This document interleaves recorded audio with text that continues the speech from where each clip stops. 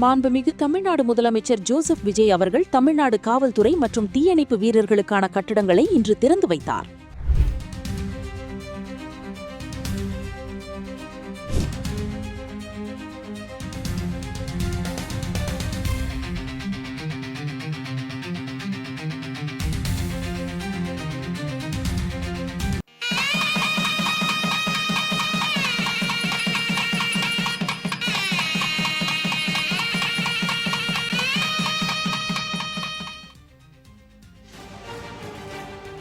காவல் மற்றும் தீயணைப்பு மீட்பு பணித்துறையின் செயல்பாடுகளையும் அவர்களின் நலனையும் பணிச்சூழலையும் மேம்படுத்தும் வகையில் மாண்புமிகு தமிழ்நாடு முதலமைச்சர் திரு ச ஜோசப் விஜய் அவர்களின் வழிகாட்டுதலுடன் தமிழ்நாடு காவல்துறை சார்பில் பல்வேறு கட்டிடங்கள் முடிக்கப்பட்டுள்ளன.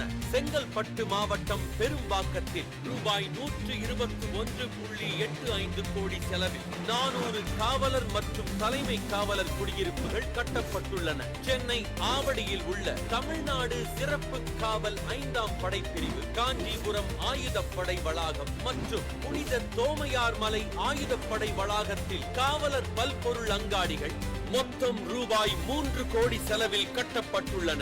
ரூபாய் 2.91 கோடி செலவில் சென்னை B5 துறைமுகம் காவல் நிலையம் புதிதாக கட்டப்பட்டுள்ளது. இவ்வாறு காவல்துறையின் பயன்பாட்டிற்கென மொத்தம் ரூபாய் 127.76 கோடி செலவில் பல்வேறு கட்டிடங்கள் முடிக்கப்பட்டுள்ளன.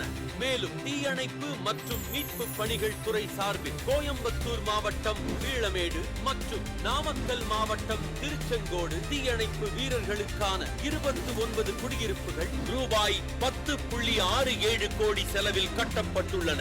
சேலம் மாவட்டம் செவ்வாய்ப்பேட்டை, திருச்சி மாவட்டம் சமயபுரம், நாமக்கல் மாவட்டம் வெப்படை, பெரம்பலூர் மாவட்டம் பெரம்பலூர், மதுரை மாவட்டம் டி கல்லுப்பட்டி மற்றும் வாடிப்பட்டி, சிவகங்கை மாவட்டம் சிங்கம்புணரி ஆகிய இடங்களில் 7 புதிய தீயணைப்பு நிலையங்கள் ரூபாய் 23.86 கோடி செலவில் கட்டப்பட்டுள்ளன.